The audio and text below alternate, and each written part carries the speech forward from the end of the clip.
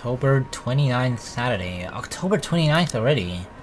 So yeah, even though we've only pretty much just started the Ashton route, we're already nearing the end of like the days, because this pretty much all takes over 2 weeks, right? All the events of whatever happens in this game goes from October 17th till November 1st. There's nothing about November 1st, so that's probably gonna be the big showdown among this, with like every single character when it all comes together, I feel, all the chapters. But yeah, 29th, we're starting really late, so I have a feeling a lot of shit is gonna happen with Ashton in these 3 days. Interesting. The morning after starts off quiet, with the commotion from the night before. It's a little too surprising having to wake up this well rested. Even the whole of Salem Well residences seems unusually still. The open hallway, when I step out for a stretch, devoid of tenants out for the usual morning sweep of the grounds. Oh, I was wondering, like, why are we here? Because this is where Rebecca and Isabella live. But Rebecca invited us to sleep on her couch after we brought her home from the party. No sounds coming from the other units, either, or signs of other people just waking up. It's almost as if something's brewing on the horizon. Oh, there is. Trust me, there is. A peaceful night's sleep still does wonders for the mood, though. I have Rebecca's unbelievably comfortable couch to thank for that, I guess. No offense meant to Zach's couch. Oh, Zach's couch is really offended right now, Ash. I can't believe you did that to him. It really is cozy, comparatively speaking. I can't even remember the last time I've slept without any urgent interruptings. It's a nice break from all the bad news lately. If it isn't for the intermittent buzzing from my pocket waking me up, I'll readily sleep in, just to catch a few extra minutes of shut-eye. The ringing hasn't stopped, or has stopped before I can move somewhere private, but sleep has also been effectively kicked out of my system by then. Pity. I can use a little more rest, until I have to face the utter storm I've created last night. Of course, I owe Rebecca an explanation. It doesn't matter if it's the whole truth, or another hastily spun tale. Although, I haven't really figured out about the what and the how part yet. Unlike Zach and Isabella, who don't usually ask any further questions, and are content with what little I can share, Rebecca's rather quick on the trigger. Those Nancy Blue games we used to play as children? She's taken well to them. She's still playing them right now. Not to the degree as I have, but still keen enough to figure things out. It will have to be set aside for later though. A second soon, my phone rings again, cutting off the rest of my thoughts. Sup, Bob Ash from the City. Watch out. Can't be me. Looking for trouble? Here it is again. Ash freaking ringtone. That's him rapping, right? Oh man, it sounds like the widest rap possible. Like, holy crap. But for some reason, there's a gloriousness to it, you know? Zero shame. Amazing, dude. Chief Inspector Lee's name flashes on the screen. Sad. It would have been nice to just chill after last night, or maybe half listen to the news. Sure, I can't read properly with this just blaring in my ears. Sure, it's the same thing we've been hearing lately. Still beats standing outside on a chilly Luxembourg morning, on the phone with my boss. Sighing, I answered, if only to get it over with. To hear him so grumpy, however, now that's something I haven't expected from him at this hour. Ray, where are you right now? Sounds like someone got in a few drinks last night and is suffering for it in the morning. Just thinking about how this'll go gives me a headache. Yeah, if I were the chief after what his wife pulled yesterday at the party, I would have drunk a lot as well. Immediately, I reach out my hand and pinch the bridge of my nose to stave it off. This is why I won't ever drink myself senseless. That's a smart idea, Ashton. What was that? Nothing, Chief. A pleasant morning to you too. He's probably calling to rag on me or to complain about what happened with his wife, which is really none of my business, unless it affects my case. It seems like the usual rich man cheats on wife deal, although I would have chosen to follow up on it if it were somebody else's wife. But figuring it's the chief's, hey, I trust him to come clean, if the missus is related to the right shady dealings. This is why I left before they even hauled the woman out last night. I'm not going to go around investigating cheating husbands and wives when it's probably just that. Chief appears to have a different idea in mind, though. There's nothing pleasant in the morning. Anyway, where are you? Not this morning, no. I told you millions of times before to keep your lines open. I mean, they're open. I'm talking to you right now. He did. And not only him. Zach, Rebecca, Isabella, all of them had said the same thing numerous times in the past. So he not only, he doesn't pick up the phone for almost anybody, even the chief. I thought it was only with his friends. But I was undercover last night. A phone call is the last thing I want to happen when there are other things I need to focus on at the time. Besides, we have the radios and the work-issued phones. Why isn't he calling me through those if this is urgent? Just woke up, sir. As awesome as it is to hear your voice this morning, it really is early. If you could give me a few minutes just to wake myself up, that'd be swell. Just to splash some water in my face? No need for that. This won't take long. Is something wrong? Am I needed at the precinct ASAP? Oh no, everything's good over there. Just... look, kid. Pray. Don't take this personally, alright? Right, we were taken off the case. Ash was taken off the case. You're off the Luxbourne firm case. Starting today. Well, I did not expect to hear that either. This must be some kind of cosmic joke. I allow some awkward seconds to pass. Chief must be pulling another one of his awful pranks. Out of his bad mood, or a severe hangover, maybe? That conclusion doesn't take too much brainpower. Everyone knows that when given a chance, he exercises no control with his drinking. If it isn't for his wife causing a stir, he'll probably be trashed an hour in at the party. He has likely drank more after they've thrown her out of the ballroom. Besides, his sense of humor has never been good. It's just infuriating most of the time. Besides, when he doesn't follow it up... but if he doesn't follow... what? Oh no, he says, but when he doesn't follow it up, we take it more seriously. If I sound a tiny bit frustrated speaking to my own superior, I'm not the one to blame. Wait, no. What? Are you kidding, Chief? Is this one of your practical jokes again? The temps won't say anything about it, but I... It's not that. They're orders. From the higher-ups. From the higher-ups, huh? So, Luke has someone else that's even above the chief under his wing. Ah, the higher-ups. Yes, my favorite word. Or it's just an easy way for him to put the blame on someone else, right? Just so that if he says like, it's the higher-ups decision, that means that, oh, I didn't make the decision, so you can't even be mad at me. Since when has the higher-ups ever cared about what the criminal investigation department did? As far as I can tell, they don't give a hoot if CID is filled with cold cases, as long as we keep the spending low. When I need to view those old case files though, they're locked away in the archives. You're gonna have to check with the higher-ups. I need access to these reports. So, if the higher-ups will allow it, every step, every move in this case, there isn't one that hasn't been gated by some authority.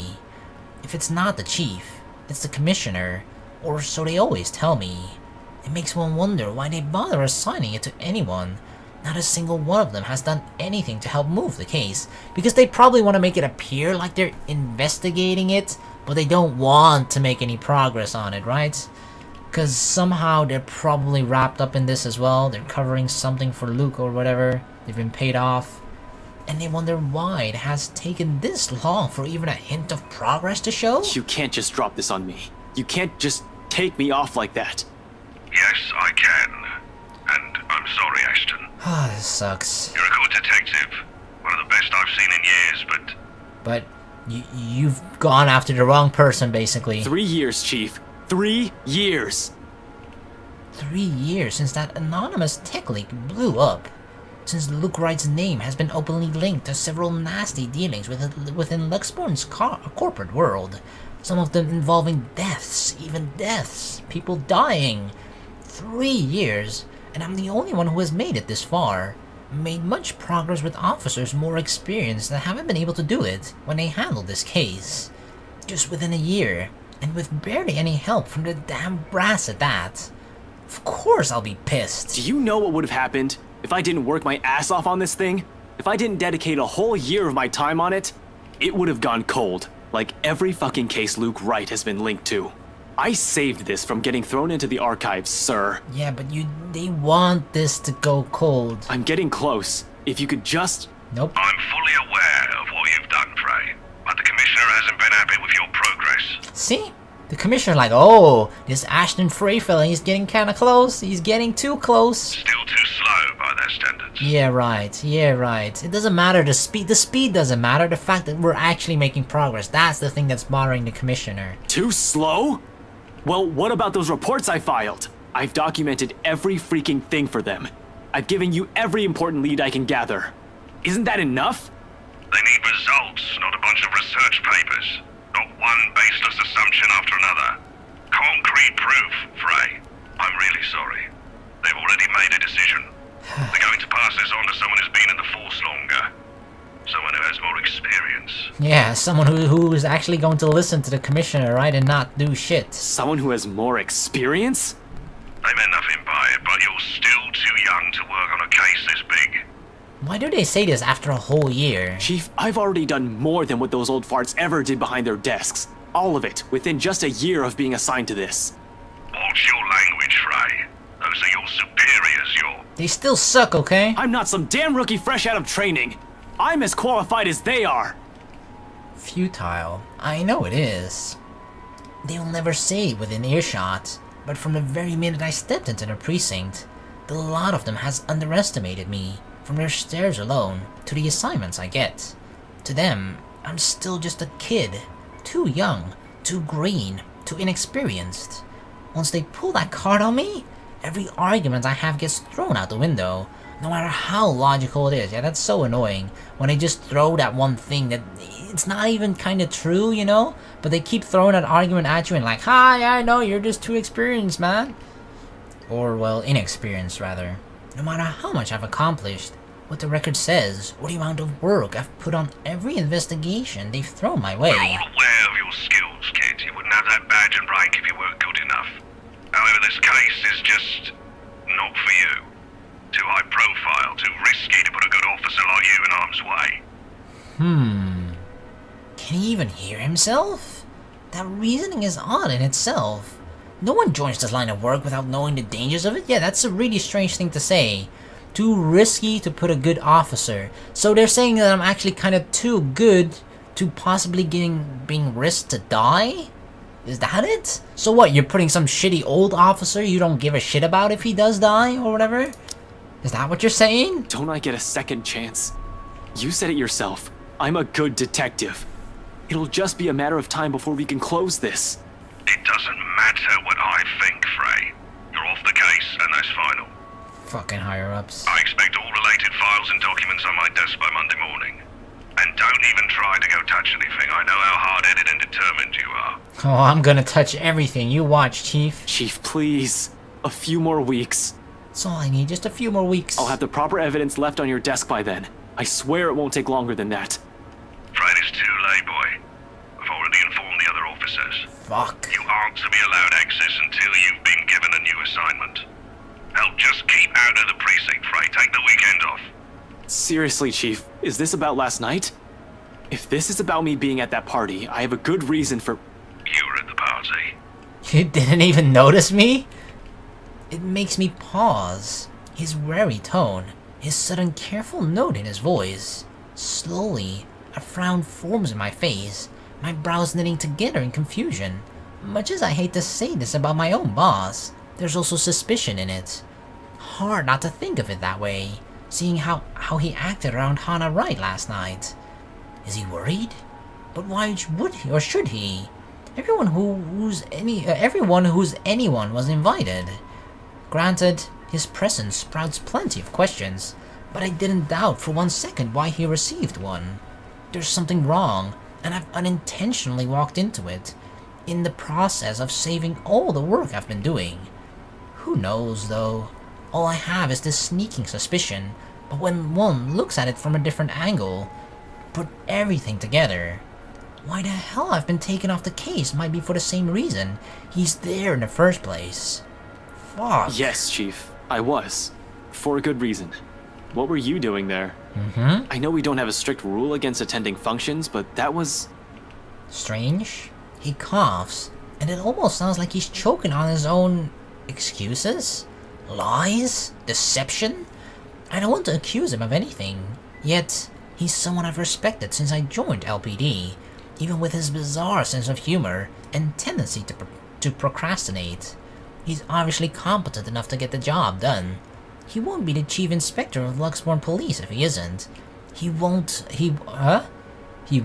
Or he won last year's Oh, he won't last. I thought like last year's, like it meant the previous year, but last as in lasting long.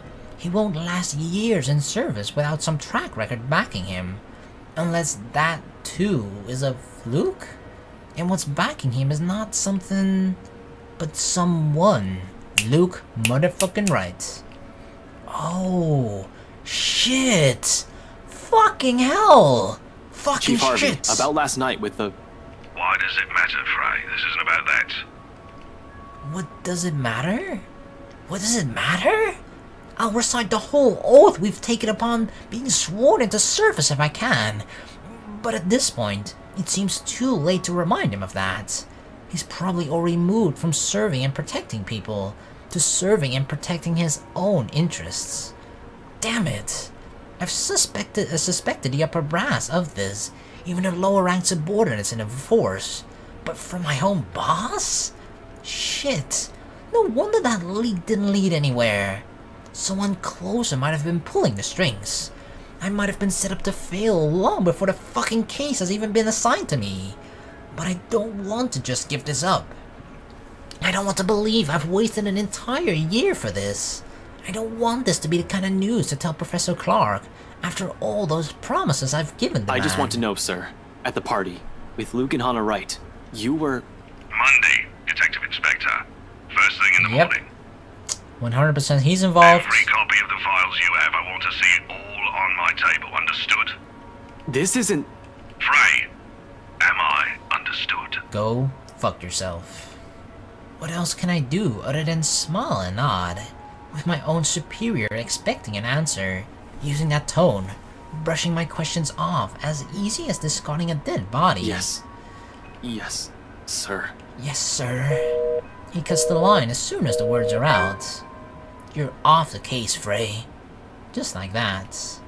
Funny though, why this has still caught me off guard. I've discovered years ago how different the actual thing is. How far from reality everything I've believed in it as a dreamy-eyed kid. There are no high-speed pursuits every day, no thrilling gunfights, or exciting cases every step of the way. That's police, that's television police officer, you know? Where just every day it's like, pew, pew, pew, pew, pew. But yeah, in real life it's not really like that. Only paperwork, lots of red tape, and dealing with the politics and bureaucracy. I've set out to change things, hoping it'll make things better for the people I care about. It ends up changing me instead. Serves me right, I guess, for being too idealistic. Probably telling me it's better to remain the skeptic I really am. Now, here I am, standing useless. Can't even do anything but grit my teeth and kick the wall, as the line finally goes dead. The bastard didn't even acknowledge my response. What did the poor wall ever do to you? It figures Rebecca will be the one to find me in this embarrassing state. Honestly, I don't like it when she sees me like this, which seems to happen a lot, regardless of what I want. Rebecca, now's not a good time. The concern I expect from her when I turn isn't there, however. Instead, she just looks annoyed. Uh-oh. Yeah, I remember after the party she said that we would have a conversation with each other, which from Rebecca's perspective in her chapter never really happened, or at least we didn't see it happening. The storm I've left brewing last night, it's right there in her face, ready to be unleashed. When is it ever a good time for you? You're always so busy with everything now. Now I find you here, sneaking out without even bothering with a proper goodbye. Not even a word. I had a fucking phone call. Do you want me to be like blah blah blah blah blah in the middle of the room while you're still sleeping? Really, I'm starting to think you're just keeping me around from my couch and my cooking. Becca, come on, jeez. Becca, it's not what you're thinking. I wasn't planning on sneaking out. I was going to say goodbye. I just had to take this call. Although, I'm not gonna lie, couch is great. 10 out of 10. Would sleep again. I'll leave a good review. Stop it with the jokes, Ashton. I'm not in the mood. The bitterness in her voice is not lost on me. But at this point, our friendship, in our lives, how does she still expect me to answer that? What am I supposed to tell her now? Are you still mad about last night? She merely raises an eyebrow at me, which, to be honest, is all the response I need. Seeing her like this, very clearly ticked off, makes me believe those things Z-Man says, the part where Rebecca scares him, sometimes. I've certainly seen this more than once already, but the familiarity in it doesn't take away from the downhill turn this conversation's starting to take. Only an awkward cough serves as a brief way to stall. Okay, of course you're still mad. But whatever happened last night, I really am sorry. I'll apologize as many times as you want. Even though we don't know what we did wrong. If you want, I'd even kneel or something. Want me to Ashton, beg? an apology is Kiss your nice shoes, and all, lick your but toes? that's not what I wanted to hear from you today. You know that full well. Alright, fine, okay. Where do you want to start? Oh, I don't know. I've honestly lost track of it by your third trip to the buffet table. I was hungry! I wasn't... The drive up there took a bit. Can you blame me if I wanted to grab some appetizers? They had some delicious hors d'oeuvres, okay? The deviled eggs? Mwah! Really devilish. Oh, come on, Ash. For the whole evening? For the whole party? Please don't tell me that's all you did, because I've never known you as someone who pigs out. You even took great lengths to avoid me. Should I also mention how you ignored Zach? I mean, like, this just really bothers me how she's so overreacting. Like, God. Sometimes I get the feeling you don't want to be seen with us out in public. Some friendship, huh? It's not that. You know it's not like that. It's never going to be like that, Becca. I'll ask this again. Just what were you up to during the party? What were you doing that you couldn't even take 2 seconds to make time for your friends? It's not. What do you mean, take time for my friends? It's not like they were in a desperate situation where they needed my help. If you were in a situation where you needed my help or whatever, then of course I would have helped. But it's not like it was a social function. You were just chilling. Z-Man was chilling. I was chilling. We're all just chilling, doing our own thing at a party. I can't even look her in the eye. It's not that I want to avoid them. I did it to keep Zach safe. To keep Rebecca safe. Just in case. Client or family friend. It's still a party hosted by a person of interest. By a man accused years ago of murdering a person's wife to get what he wants. Wait, what? A man accused years ago of murdering a person's wife. For some reason I read it that as he killed his own wife, which made me think like, what? Isn't he married to Hana? Or maybe he was married before he met her, but no, he just killed someone else's wife. Damn, that's a serious accusation against him. But then Chief showed up. Hana Ryan happened. And Luke Wright just can't be bothered to die off peacefully somewhere. All of a sudden, none of my original reasons matter. If I was found out right then and there, hell, if Zach and Rebecca's connections with me were found out, who knows what could happen. But Rebecca doesn't understand that. Doesn't understand what I can and can't say to keep them from harm. I mean, it's one of those things, right, where you sort of start to question, like, okay, why doesn't he tell Rebecca? But obviously in his line of job, there are certain things that even you can't tell to your friends or family or whatever. So in that sense, it's just a really difficult situation that Ash is in, right? Like, I do feel Rebecca's overreacting a lot. I understand where her frustration comes from, but it shouldn't, you know, she shouldn't be reacting to this extent, where it feels like, oh, you're ignoring us, blah, blah, blah, blah, blah. Like, I feel like she should just try to be think like, he is a detective, right? If he's acting weird out of his usual normal Ashton self that you yourself have known for how many freaking years, right? More than 10, 15, whatever. You should think like, maybe it has something to do with his job, right? I feel like she just never considers that ever, which is strange. It's all in her eyes, in the tight line of her lips and her furrowed brows. The hurt. This day is just off to a wonderful start. First, my case. Now, Becca, how do I even go about this? Stretch the truth, say it's confidential. Well, it is confidential, but she'd probably flip out about that too. What does it mean by stretch the truth? Are we actually gonna tell the truth, but in a...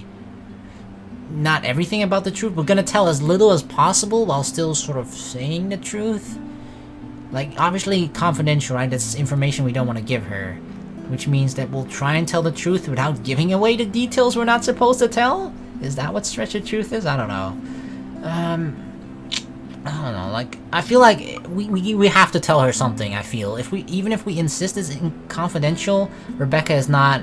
she's not going to understand it. Even though I feel like most... I don't know if most people would, but...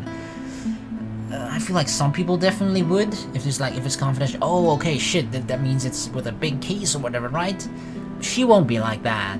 So I feel like this is the only option we have to take in order to make Rebecca calm down a little bit, right? She's still our friend. Sure, she's obsessedly in love with us, but, you know, take a chill pill, woman. Obviously, I can't just say, hey, Becca, you know the Ryans? They're suspected to be the ringleaders of a crime syndicate and shit like that. Did it go down? I think our relationship went down a little bit. Damn it, that's not good. It's not good. Not what... especially because I wanted it to have the opposite effect.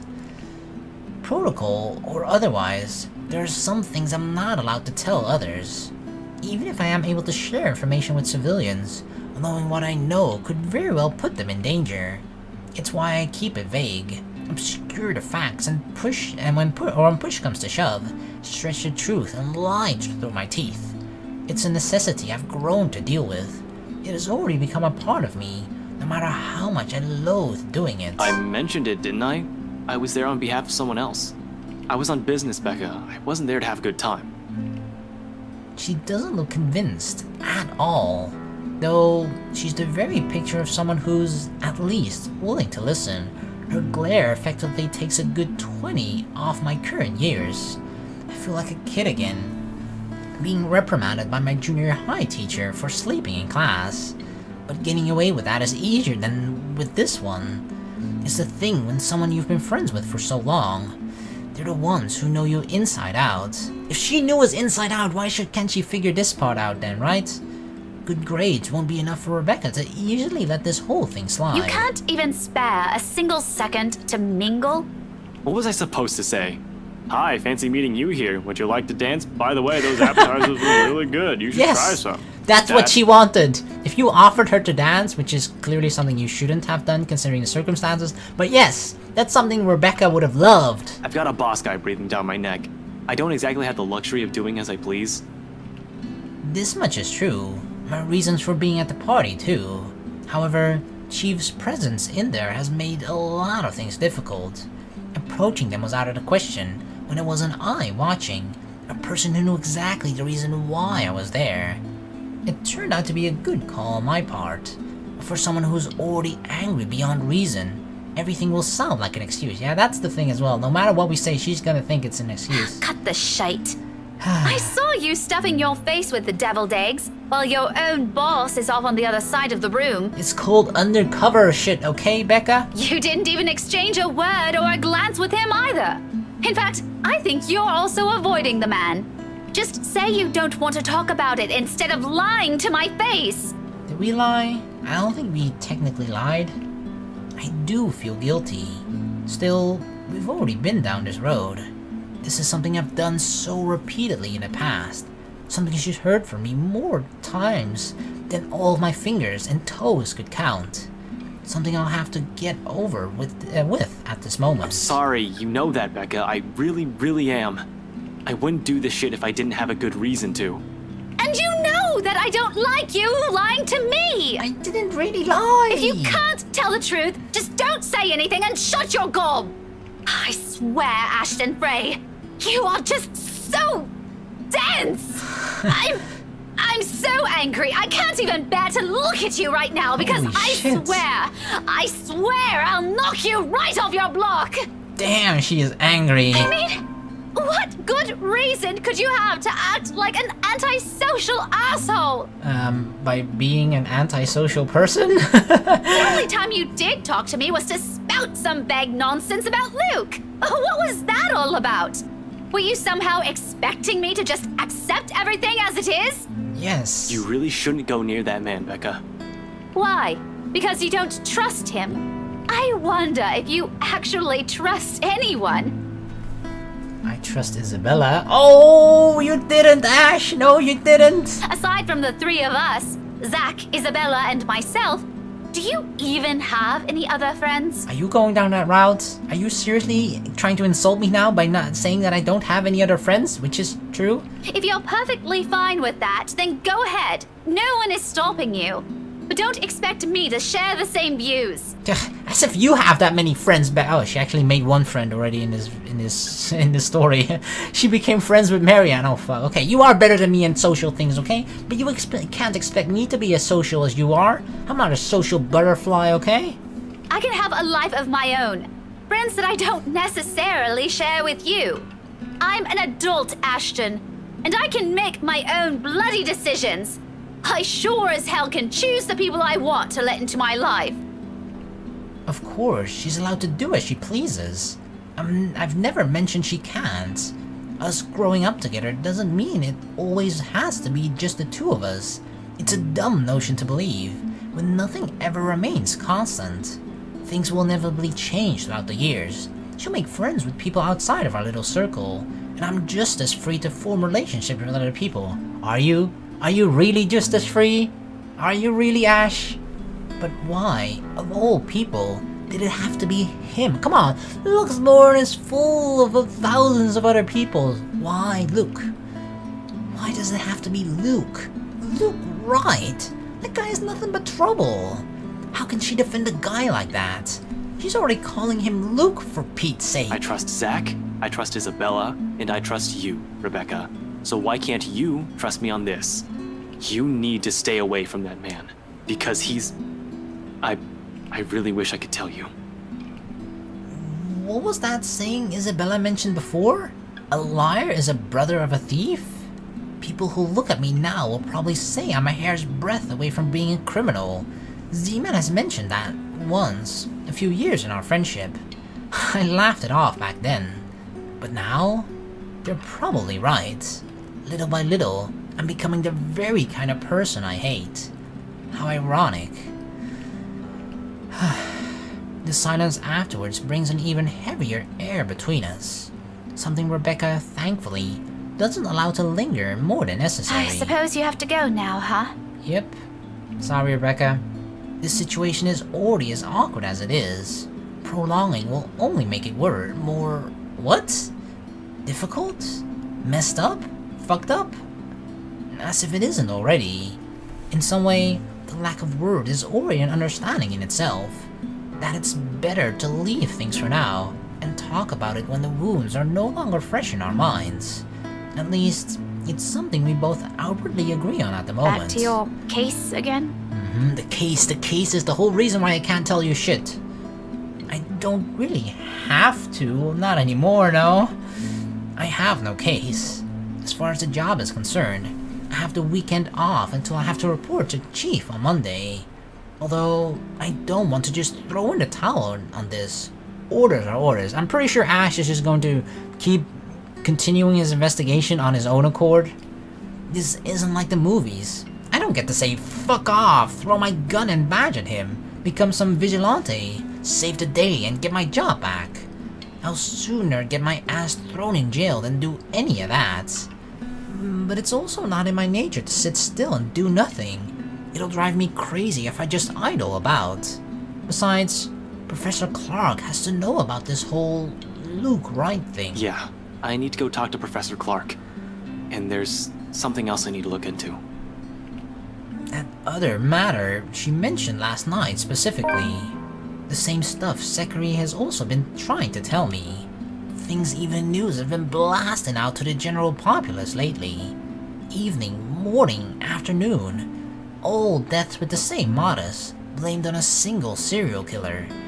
Or is it still the case? Found dead in the early hours of the morning today. Again? Another person? Or it's the same one? Oh, the Chinese guy or whatever, the Asian guy. Frankly, there's only one lead we have on this at the moment. All the crime scenes where the victims have been found have also been vandalized with the same message as that letter. It is something, though nothing substantial to go by. Granted, I can bring up the letter Isabella found in the mansion, but chances are they will just pass it off as a coincidence. And coincidence is never substantial, never enough in my work. There must be something we haven't seen yet, and the culprit has simply exploited those urban legends to hide his crimes. Relatively speaking, we're grasping at straws as far as these murders are concerned. I'm not even the one heading this investigation, yet look at me treating it as if it's another high-profile case on my shoulder. How sad is that? Even the LPD doesn't have an inkling on what we're supposed to be looking for here. Although all three of my friends have mentioned seeing something strange, I don't want to go into that line of thinking for now, particularly with how much every news outlet has blown this up. Not yet. Not until I've exhausted every logical reasoning and argument I can throw at it. To tell the truth though, I don't know how to take all of this anymore. But I've already given Isabella my word. It'll bother me more if I don't follow up a promise I made to her. And after Rebecca's claims last night? I'm not so sure now if the decision's meant to pacify, or a part of me is just desperate to put a stop to these deaths. It also goes to say that there won't be enough sarcasm in the world if what they're saying is true. Isabella's laughter already echoes in my head, in fact. Figures. What else can it be? It's not another case. It's something else. Something else. That issue Isabella mentioned yesterday morning. I'm sure you remember. You were there. Well, at least you're not neglecting all your friends. Just you, Rebecca. Just you. Becca, I promised her I'll... She doesn't wait for me to finish. With a roll of her eyes, she turns around and shuts the door in my face. Yeah, I imagine that's pretty tough for her to hear. When Ash says, basically, Rebecca's more important than you. Or Isabella's more important than Rebecca. Why? I always do that. I don't know. For some reason, I've noticed it when I was watching back. And during some situations, I just, instead of saying Isabella, I say Rebecca. Don't know why. I have no idea what I've said this time. But I probably deserve that. we're just gonna have to mend this some other time. By then, her temper's sure to have cooled off significantly. Sure, her temper's definitely cooled down on every single part of her body as well as she's slowly decaying because she's dead. Hopefully. For now, I can't laze around. Gotta attend to things that matter more. Professor Clark first, deliver the bad news. Then that issue with BRC and Isabella. Maybe I'll also drop by Zach's, check on him, hear what he has to say. He's also read that damn letter, oh god. He's also been saying odd things about a bunch of photographs. This is the 29th, right? Yeah, that's when we received a phone call. When does what's-his-face die? That's the 30th? Zach. When does Zach actually die? Oh! Really? Rebecca dies first? This is Rebecca dying on the 30th? And then Zach dies on the 31st. Oh, okay, that's interesting. In the timeline, Rebecca dies first, then Zach. Oh, shit. I might as well, while I'm here, playing a paranormal detective? Or is it supernatural? I can't remember. This certainly isn't something I'll bother with on my free day. I'm going to be a laughingstock at the precinct. If anyone finds out I'm considering this a possible angle for these murders. Inspector Abigail and Officer Carl, mostly. Whatever. It wouldn't hurt anyone if I tried to get to the bottom of this. It's not like we have anything better to do over the weekend. No one has to know either. If nothing comes out of it, then good. Everyone can shut up about stupid curses, and we can finally get back on track with our lives. On to more important stuff. If there is something... Are you two done? Her voice instantly jerks me out of my thought and my head snaps up in search of her. Isabella? There's a moment of confusion when I don't see her familiar ponytail about, only to find her standing behind the door to her apartment. Seconds later, Isabella holds it open, though only slightly, as if to hide from anyone who might happen to pass by. This early? And on a lazy weekend? I doubt anyone will. We were just that loud. We woke her up, dude. But from the gap and what little light there is behind her, I can make out the appearance of someone who has just clearly gotten up from the bed. Hair in complete disarray, eyes still heavy with sleep, and a small pout on her lips. I can tell why she doesn't want to be seen by anyone yet. Hasn't she even gotten out of her pajamas? Ooh, still wearing your pajamas, Isabella? I look away long before my senses of decorum kicks in. We might be friends. I'll even dare say we've grown closer over the years, but that doesn't extend beyond the bounds of propriety. Christ, even Rebecca never greets early visitors in her sleep clothes. Though, maybe it's our fault why she's up this early, checking the ones making the ruckus outside her room. Still, heat makes a slow crawl up my neck, one that I quickly downplay with a solid cough. Isabella, you're up early. Sexy, pajamas you're wearing. I can't even see them, so I don't know. Lame. No, I'm not. I'm usually up at this hour. You're the one that usually sucks at getting up early. Says the person who looks like she's just fallen out of bed. Boom. Instead of the usual quip, she simply looks away, averts her gaze to some point beside her, and although it only flashes briefly across her face, an expression of hurt flickers in her eyes. It disappears the second she turns her attention back to me, but that fleeting moment has sent a worried churn in my stomach. I've seen it on her plenty of times before, just never in a manner that unsettles. It feels, I don't know, off this time. I didn't say anything wrong, did I? Hey, are you... okay? Anyway, was that Becca with you? You both sound like Mama and Papa when they fight. You're awfully loud. If we get another memo from the landlady, I'm asking the guard to ban you from ever entering this place. Maybe that would be for the better. Me? Becca's the one almost shouting. Yeah, well, she lives here. You don't. Oh, so she's allowed to shout? You have no excuse. You're the suspicious-looking person. Everywhere I go, I'm the suspicious-looking person. Thanks. Glad at least one person appreciates how I pretty up this place. Don't flatter yourself. This place would be so much better without having to see your face every few days. Wow, that's mean, Isabella. I thought we had something going on. I mean, look at our relationship status, girl. She follows up with another pout, but her ruffled appearance, particularly how puffy her eyes are, I noticed just now, take away from the intimidating effect she's trying to exhibit. Whoa, puffy eyes? Has she been crying? In the first place, she's not the kind who looks terrifying. Rebecca's more capable of pulling that off. Isabella? Not so much. She's going to have to try harder than that. There are times when she can, and does, though only on a bad day, and when she means it. Really, right now, she just appears more like an angry puppy. I might have laughed had it not given me another nagging sense that something is definitely wrong with her. What? Has she been crying earlier? That is worrying. She rarely does that. The only time it happened? The one time I've seen her genuinely tear up over something. I think it was after Devlin Court, the night at the bridge. I want to ask, whoa. Didn't Rebecca say that she's never seen Isabella cry? But Ash has seen Isabella cry?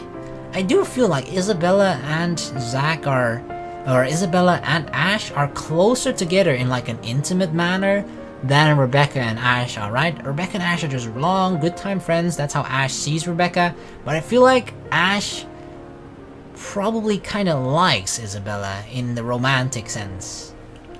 She seems determined to keep it to herself, though in the moment she senses the questions coming, she deflects, changes the subject, cuts me off, faster than I can weave two words into a proper sentence. Belle, did something... About yesterday, Ash. The things we talked about. Do you think we can take a look at it today? We? I never said you're coming with me. Don't worry, I didn't forget about it. You'll be the first to know if I find anything. No, I want to go with you.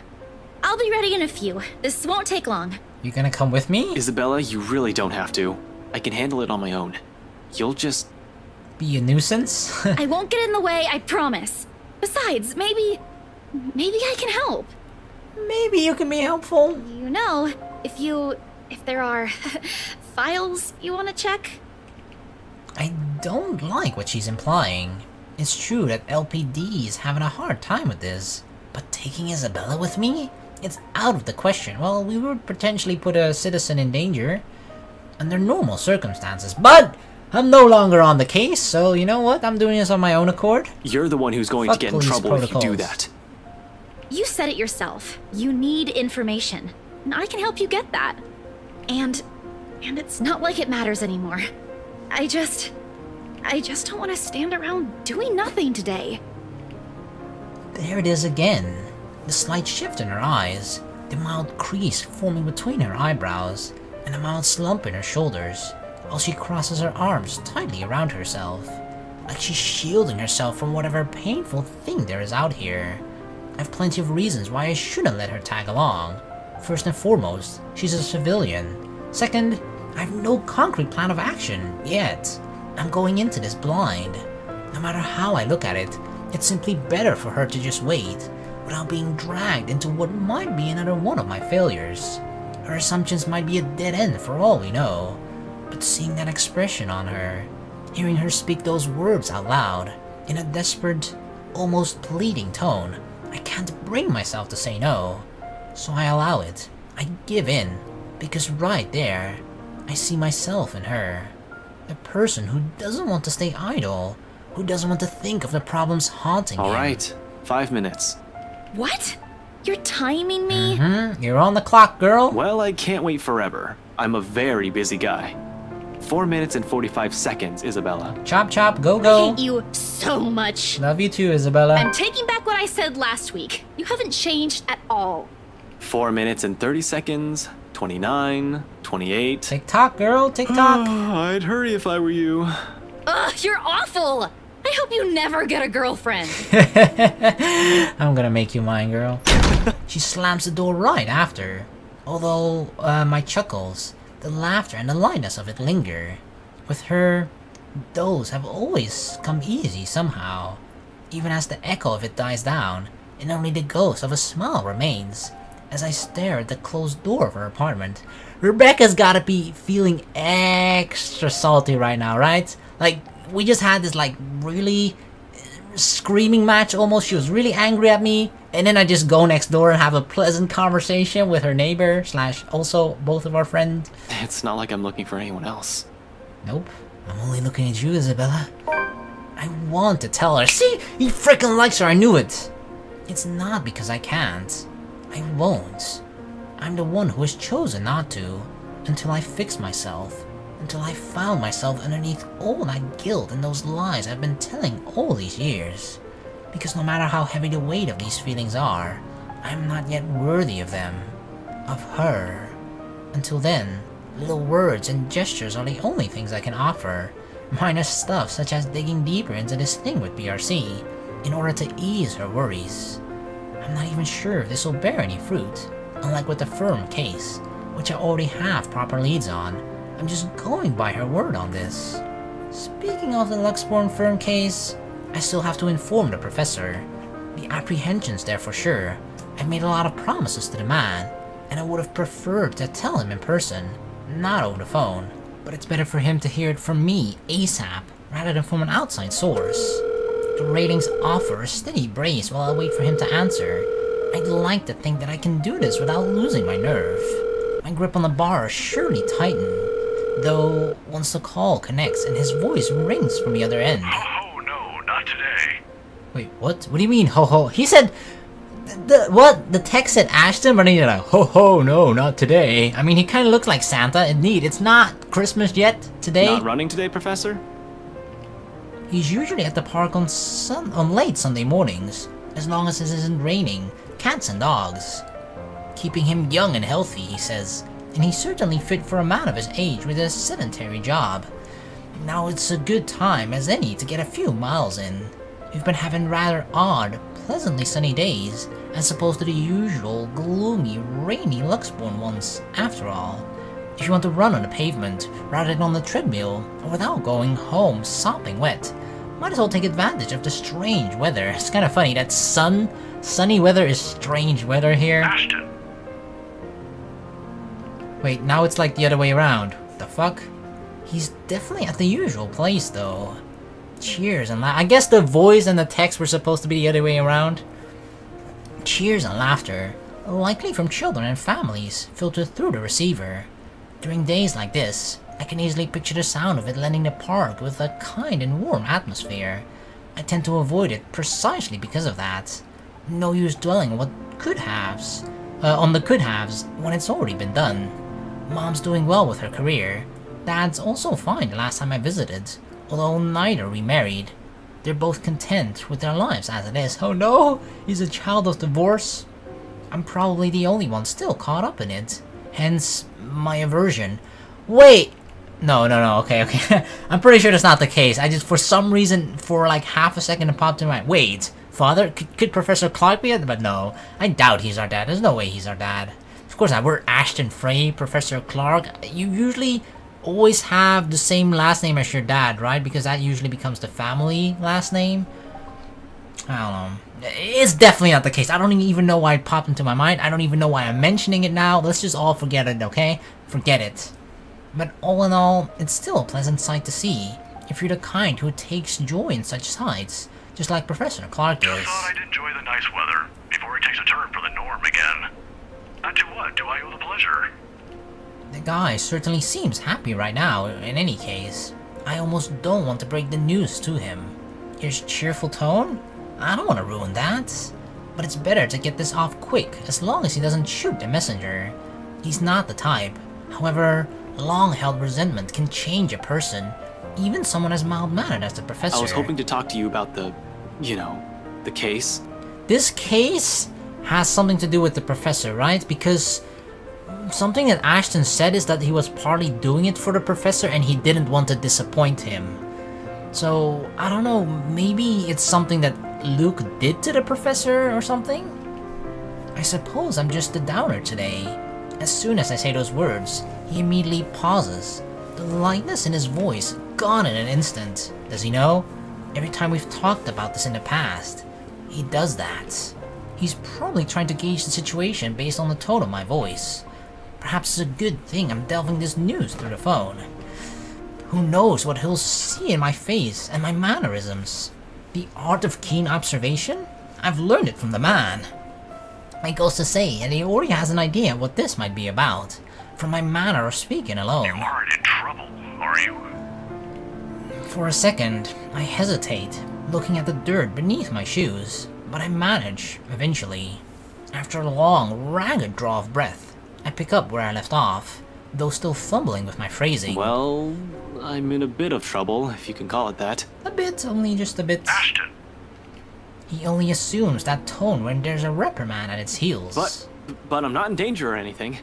you've said that same excuse a million times before, Detective Inspector. It's true, I'm less in danger now than normal, because I'm not on the case anymore. Woohoo! That exhausted rasp in your voice tells a different story. It's nothing like what you're thinking. Don't worry. I was just... I was taken off the Luxborn firm case. Yep. I expect anger, frustration, maybe even disappointment. But all he gives me is a small sigh of relief. Is that so? Well, at least you aren't in danger. Liz wouldn't be too happy if she heard you right now. Liz? Who the fuck is Liz? Liz. Aunt Liz, she insisted I call her his late wife. Oh, we are kind of related to him. I guess he's married to our aunt? So we're kind of related, not directly. A sweet-tempered woman by so many standards, never blessed with kids and contented herself with simply managing their newly opened bakery.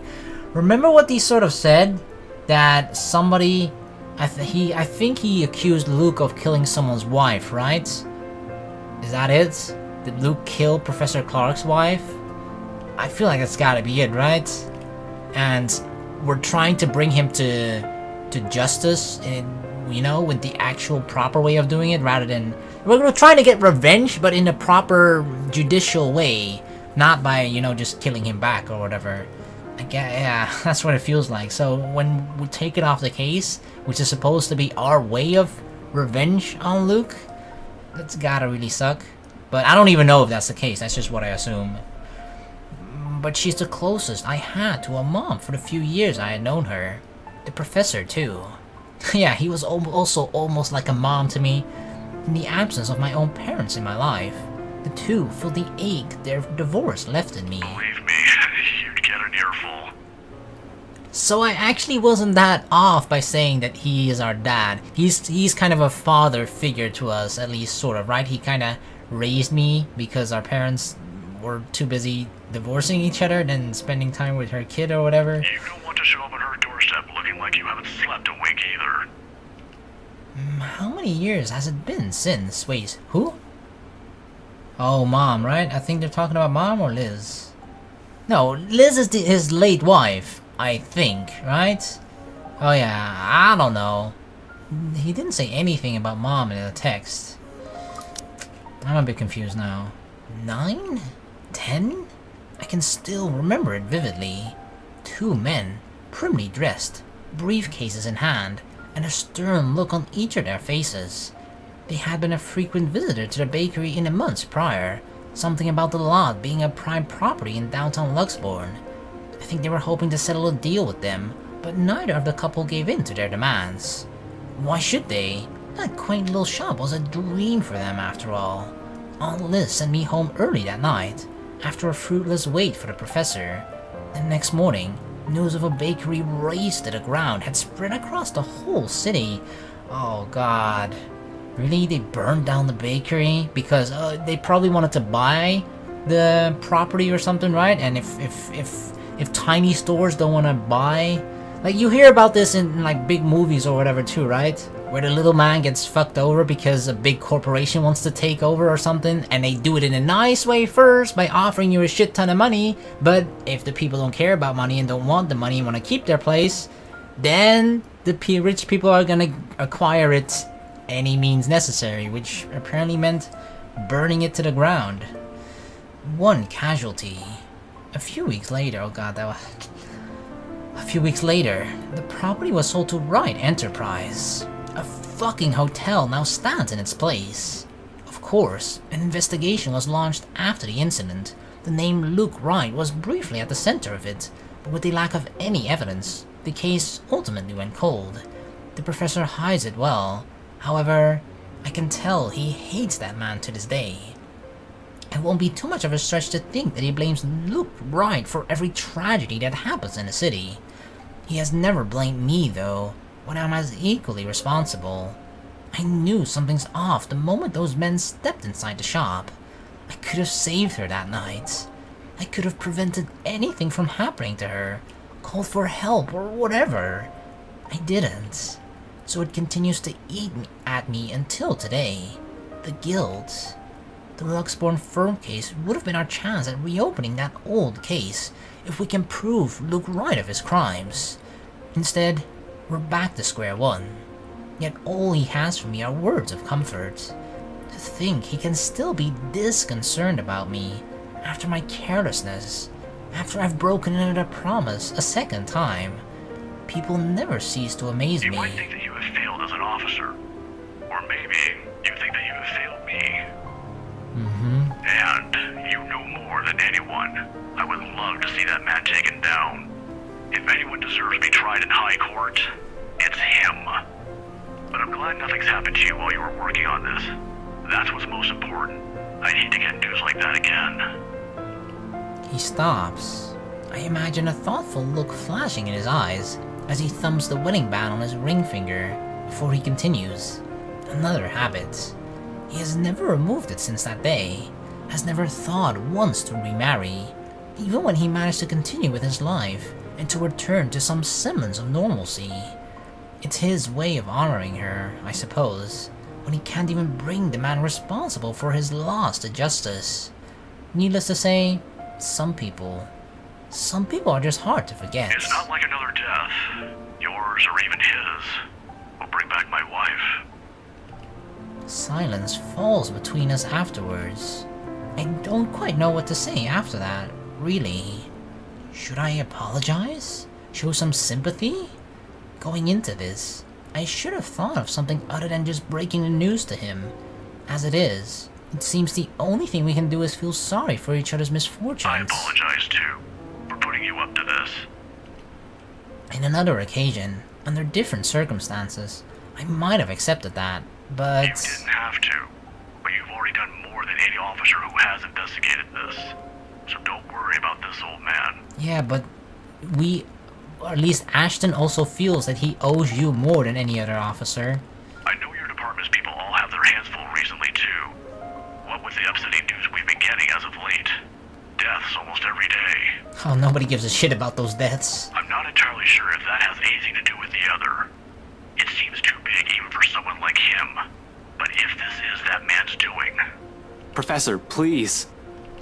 Maybe if things around me hasn't started going beyond my control, the letter, the mansion, the supposed curse behind those, I'll still be quick to blame it all on the bastard too. But as much as I want to keep holding him responsible for it, to add another to his list of sins, it might not be the case. Agreeing will only cut a deeper wound on the professor. I don't want him to keep clinging to this resentment for much longer. He has already gone through so many years of it. This kind of anger? It's the sort that blinds people. Despite his reassurances, the bitterness still seeps into every syllable he utters. It's one thing for me to act like this. It's painful to watch someone I've considered a second father to go down this path. Please don't apologize. It's really alright. I can try to get it back on Monday when I meet with the chief. No promises, but if not, I'll make sure to keep an ear out for any news. Chief said he's passing it on to a senior officer. I should be able to catch a few tidbits every once in a while. But I swear I won't just give up on this. I'll do everything in my power to get Aunt Liz's case reopened for you. Promises. Again, a bad habit at this point. I wish I could do more for him. All this time, I've always prided myself for being the one who always knows. I'm not so sure anymore. It seems to be far from the case now. Because suddenly, aside from riots and the murders plaguing the city, I have ghosts and curses to worry about. Those are things completely out of my depth.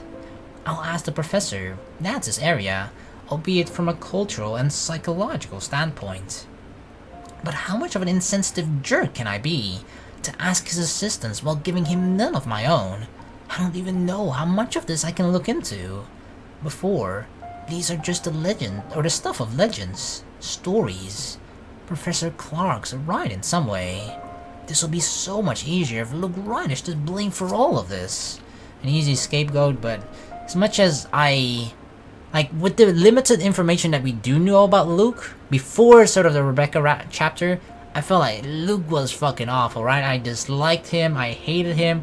In the Rebecca chapter, we sort of got a bigger insight into him. We saw some of his good sides as well, which kinda, it didn't it's not like he got a redemption or something from that, but it made me see a human side of him. Whereas everybody obviously always mentions his bad stuff, you know? That's how most people probably know of him in the city, or at least most of the characters that we play as.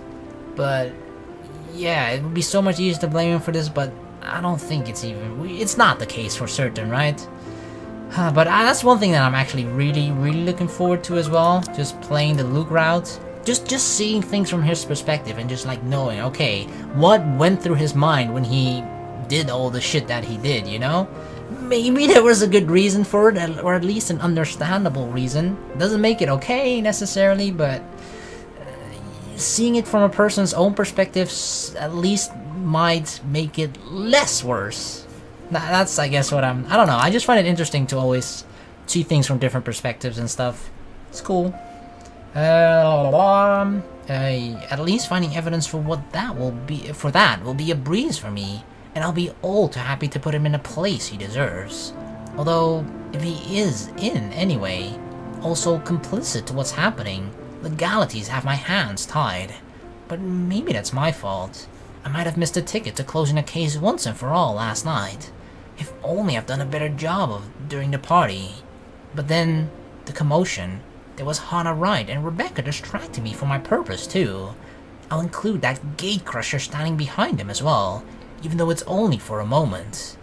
So many things have gone wrong last night that I've lost my focus, and... Hold on. This isn't a prank! I saw something! See? This is why I didn't want to tell you guys! Yeah, this is what Isabella said in the beginning, I remember. It's not a joke! Will you guys listen to me first? See, again, why like a black screen? I saw something in the house earlier. It stood right in front of me. If I hadn't gotten away, that thing might have... It's gonna come any second. Last night, at the party. But it's real! What do you think I saw? Isabella? It happened after, when I was trying to get away. I almost got stuck in the same room with that thing. We're all in danger. I thought you were my friends. I'm just waiting for Why it. don't you believe me? I'm just waiting for it. That woman. Why don't we all calm down first? I'm sure Isabella has her reasons too. No need to be hard on her. Is this him like realizing, hey, that woman that I saw, could it actually be the thing that Isabella was just shouting about the entire time? I'm pretty sure that's what he's thinking right now, right? I guess he hadn't connected the dots before? Shit. If that's what Isabella has been warning us about, if it's the same ghost Rebecca talked about last night, or what Zack told me about a few days prior, how many of these instances have I dismissed since reading that letter? Every single one of them, dude. How many have I passed off because of fatigue or lack of sleep? Even last night, a hallucinogen lacing the food was the first thing I've considered as the culprit for what I've seen. Purely because that's what my training dictates. It's what I've grown used to. It's the setting the gears in my head automatically take in a situation like that. Of course, in spite of these suspicions, I'm not discounting all of that yet, until I have enough information. Something to form a conclusion. Proof. In whatever form it may come. But thinking straight is impossible when all of a sudden, all your beliefs are being upturned in the most violent way possible at that. Cognitive dissonance at its finest. Jesus. I need a sounding board. I need someone to talk to. And Zack's the best person for that. Uh-oh. I have to go, Professor. I'm really sorry to cut this call short. Oh, no problem. But what are you... I don't have time to say any more than that. No time to stop and listen to what the professor has to say. As I cut the call short. Oh, never mind. Zack is still alive right now. For some reason, like in my mind, Zack is already dead, right? But we're still... Zack dies on the 31st? Yes, and today is the 29th. So, Zack is still alive. So we can still talk to Z-Man. In the same second, Isabella emerges from her apartment, fully dressed and ready for the day. Let's go, Isabella. As usual, she greets me with a smile, but it falls just as fast once she catches a glimpse of my face. Shame. It would have been the first comforting thing I see today. It annoys me I'm partially responsible for the worried line replacing it. I have no idea how I appear to her right now.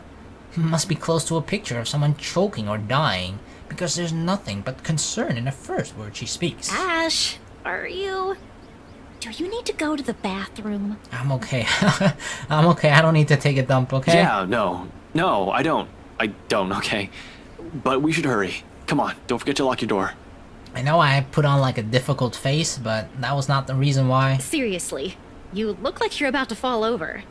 Are you alright? Because if you're planning to faint right here, I won't be able to carry you. Yes, don't mind me. I just remembered some... stuff from last night. Stuff. I need to talk to Z-Man about this. Mind if we drop by his place first? Shouldn't we call him? To let him know? It's still pretty early. Though we'd probably arrive there around noon. Let's see. It's been a while since I played the Zack route. I'm like trying to remember, it's the 29th. Was there something here with Zack too? Because I remember at some point Zack, he did talk with both, Oh, here it is, yeah. Upon returning to his apartment, Zachary was greeted by Ashton and Isabella. Now, suspicious of what was happening, Ashton informed Zack that he and Isabella will try and get to the bottom of this. He also warned Zack to be careful. That didn't work out well. Yeah, okay, so that's it moves into the next moment. That's what happens right now, next, after this. And look at this. Cute Isabella in her pajamas. She got the chic pajamas. Also, what do you mean about this? Is Zach... He was also there when I opened the letter, right? He read it too. I'm sure he's fine, but it wouldn't hurt to check on him. To make sure. See if he'll say the same things you told me yesterday.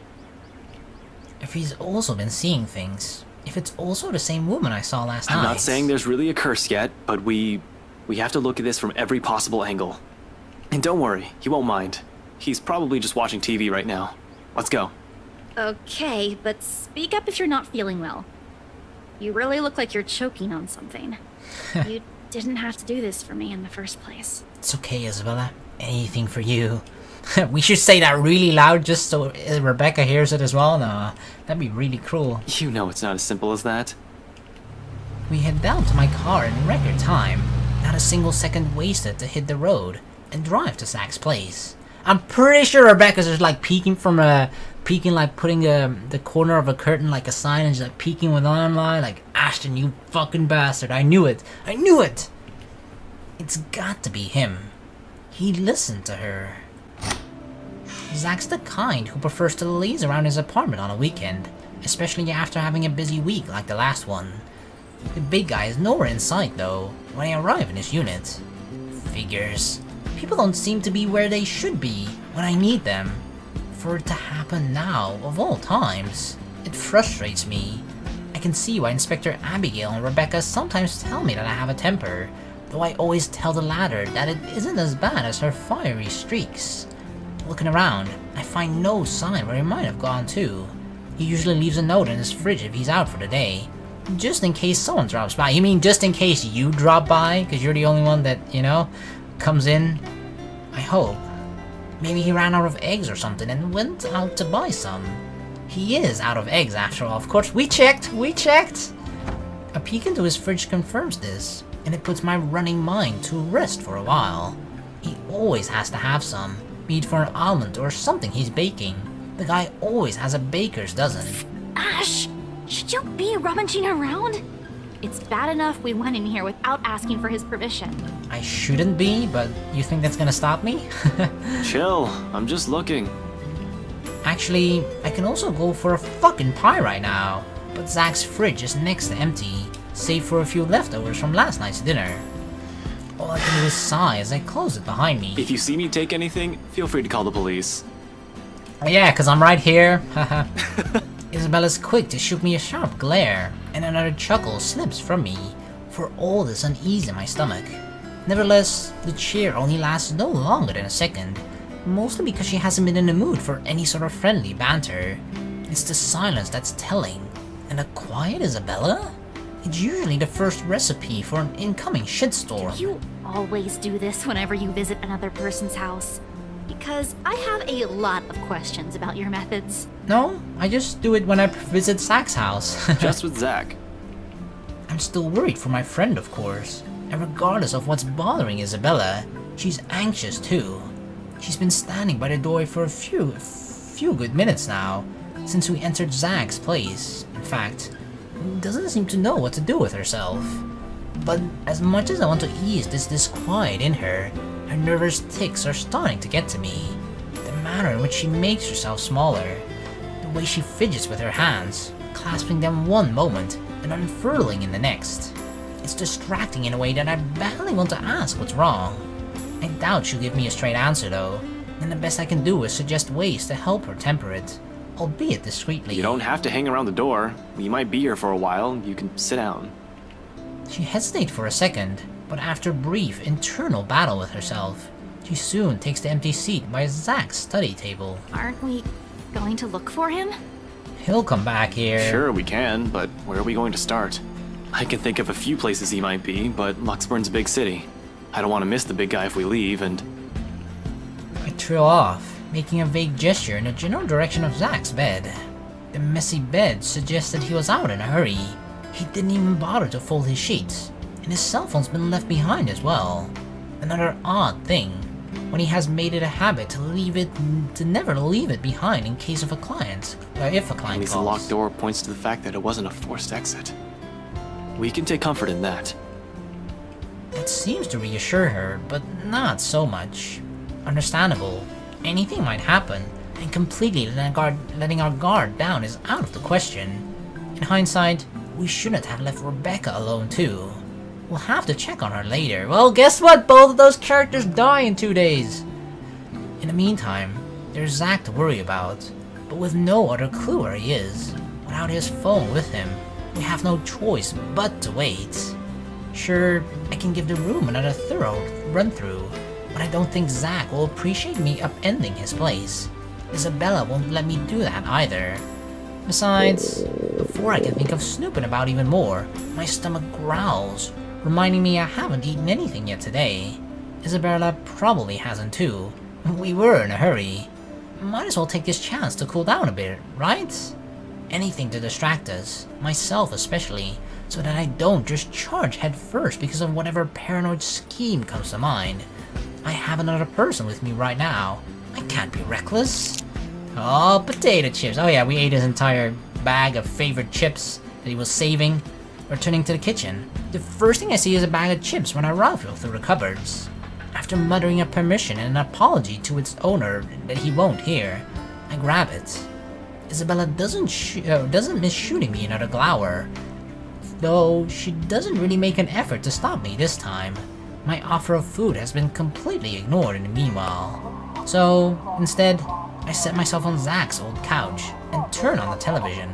Her silence may not be too heavy, but it sure as hell is awkward. The screen lights up, right as some awful afternoon or noontime drama starts airing on Channel 9. Nothing like sitting in front of the TV with a mindless drone running in the background to waste away the time. Nothing like it. And wasted away we do.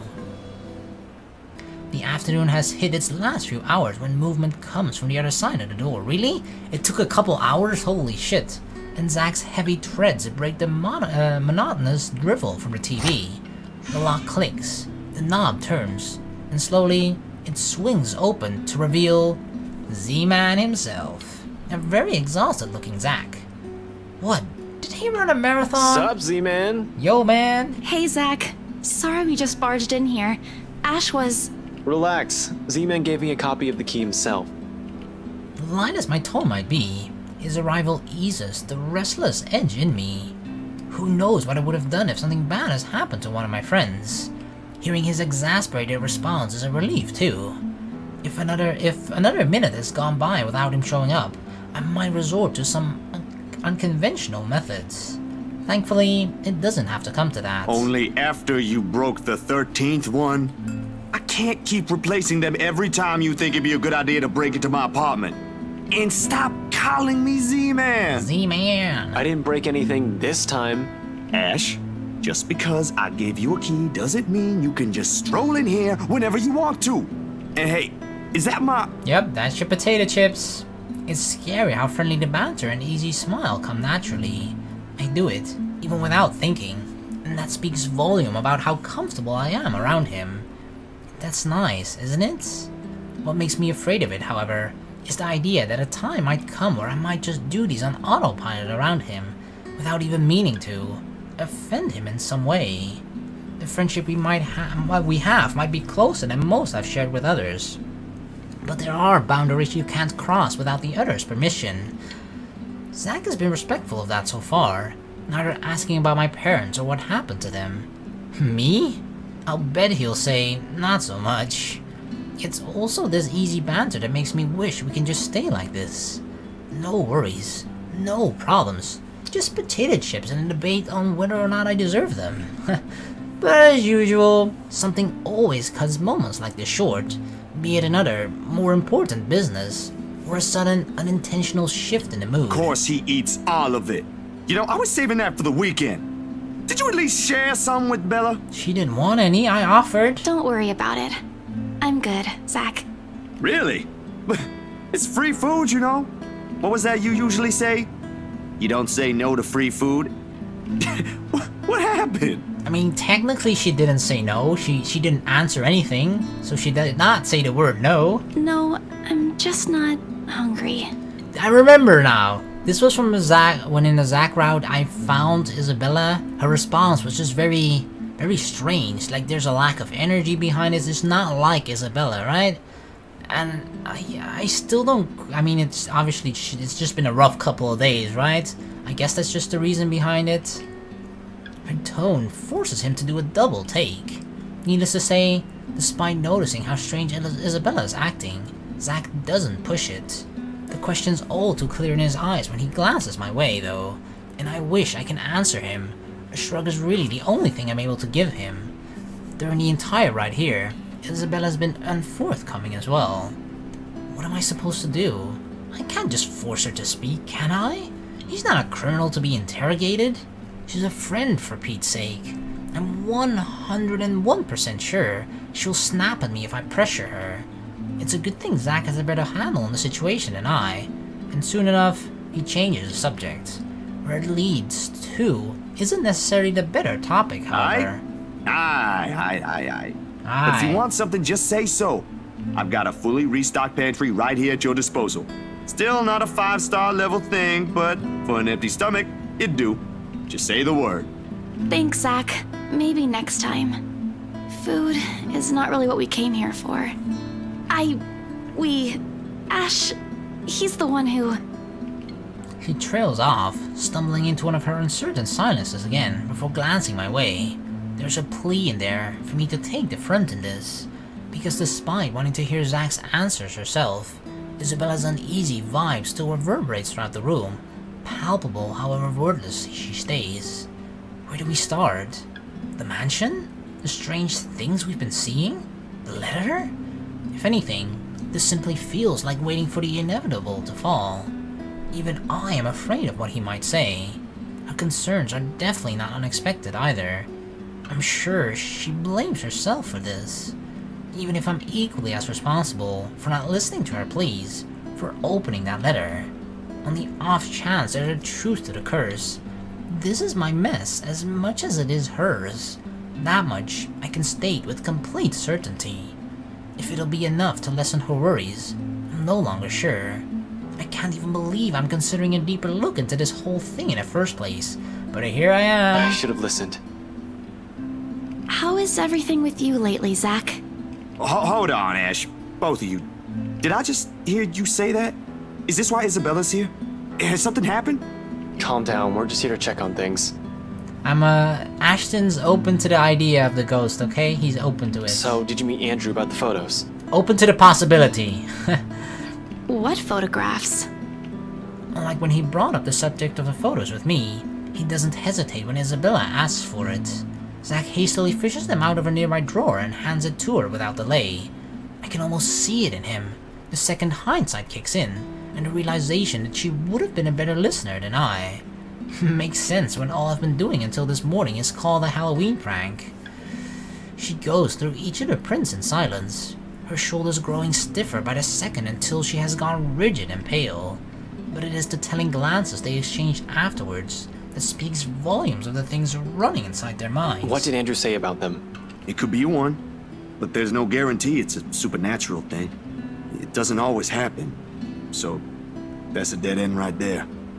Now that I think about it, bothering that guy for this feels pretty silly now. But with the dreams lately... The dreams? That's all? Did he say anything about the damn letter at all? Did you ask him even?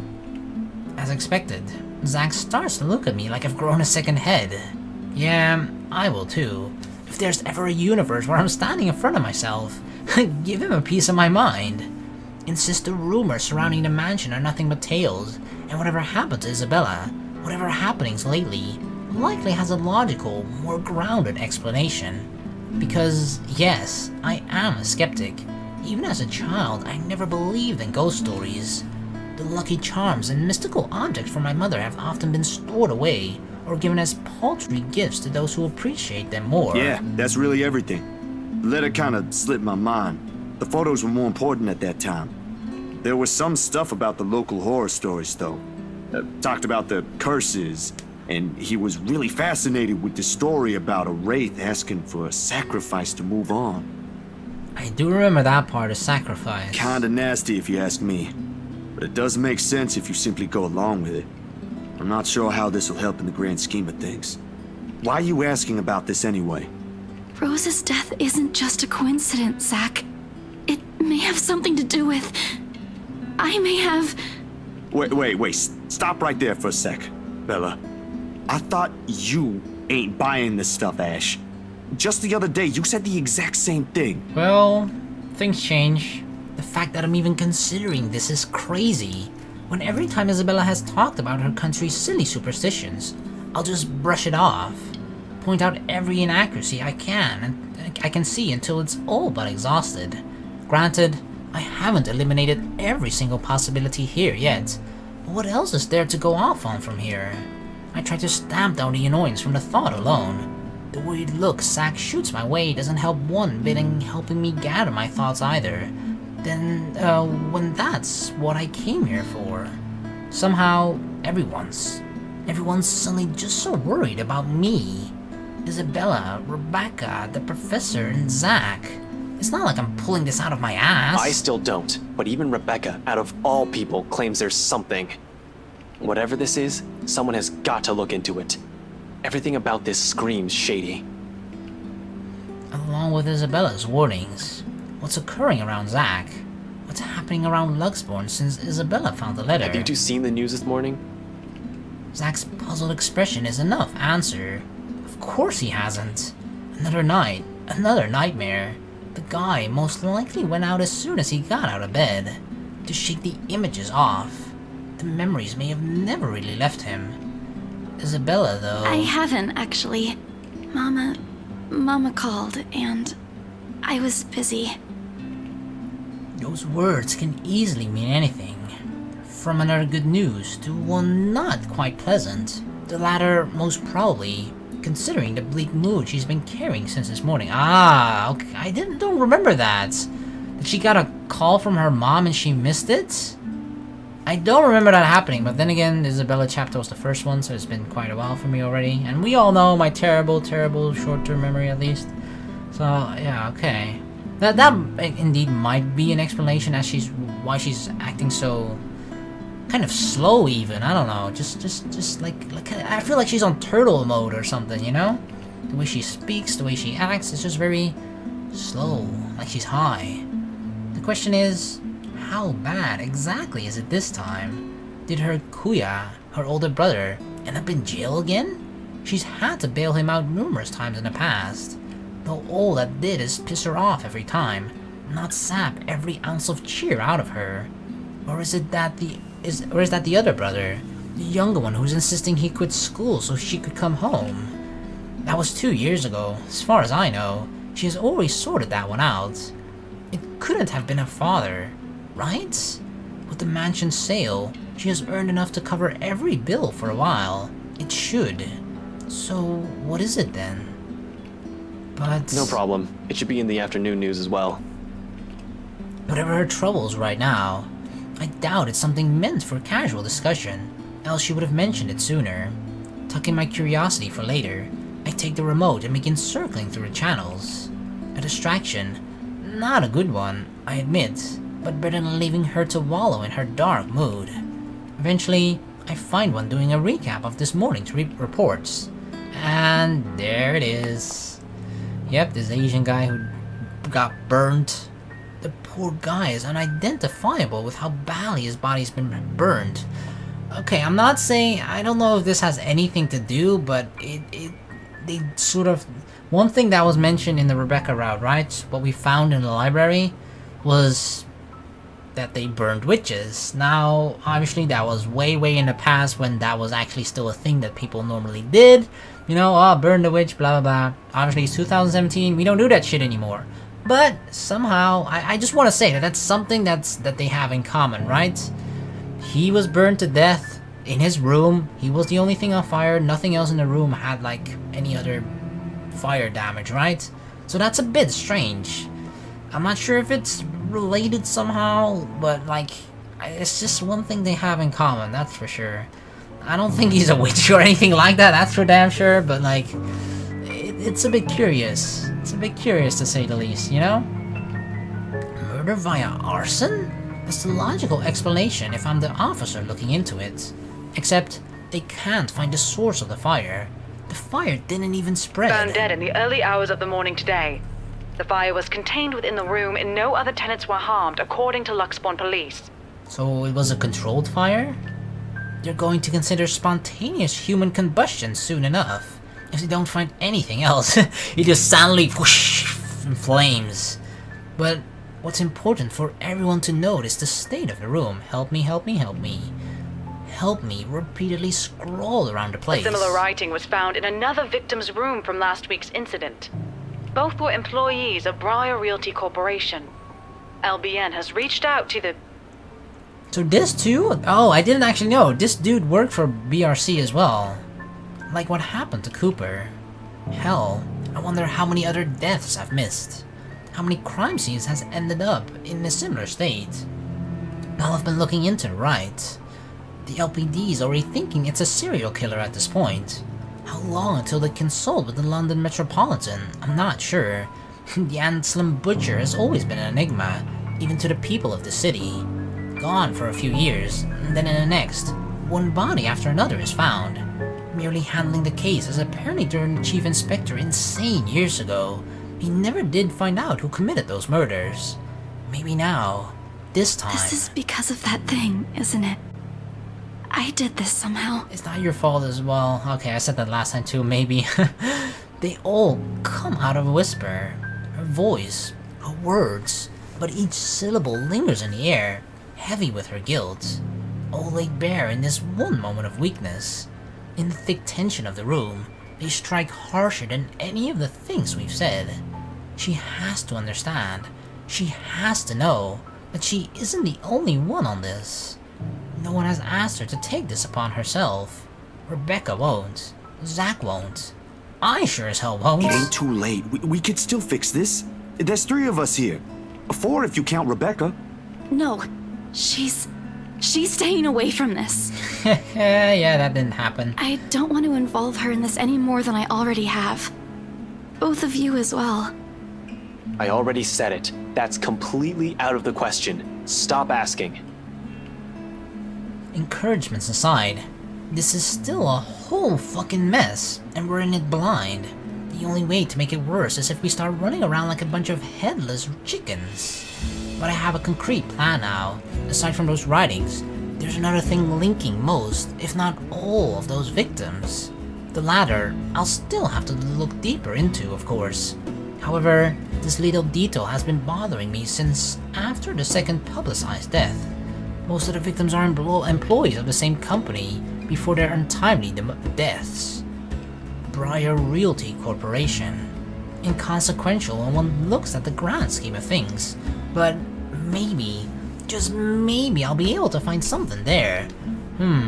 That is indeed something worth noting, that they're both from Briar Realty Corporation, but I don't know exactly how BRC is tied up in all of this. Like, there might be a connection somehow, but I don't know how. Maybe Isabella's right. Maybe she has a point in suggesting we dig deeper into BRC itself. Maybe we are looking at it the wrong way. After all, despite the public's inquiries, the company has been quite suspicious mum about the incidents. No matter when one looks at it, everything they're doing screams fishy. Not just with the fast sale of the mansion. True, that's something that has... The fast sale of the mansion that has gone through BRC, right? I mean, the sale went through BRC in the first place. So they have to have approved the fast sale as well. Which is something that usually doesn't happen that often, so the fact that they did is something quite curious. Okay, I don't know. This entire time, I've been ignoring it, and treating it as a separate matter. But what if... I don't mention all of this to Zach, of course. My suspicions are mine for the moment. The details are something he doesn't need to know until I have something to show. It's enough that he's aware I have an idea in mind. For his part, Zach doesn't push it, and nothing but a heavy silence leads my departure hours later. Though, from the looks of it, he has a plan of his own too. Yep, his plan is to die.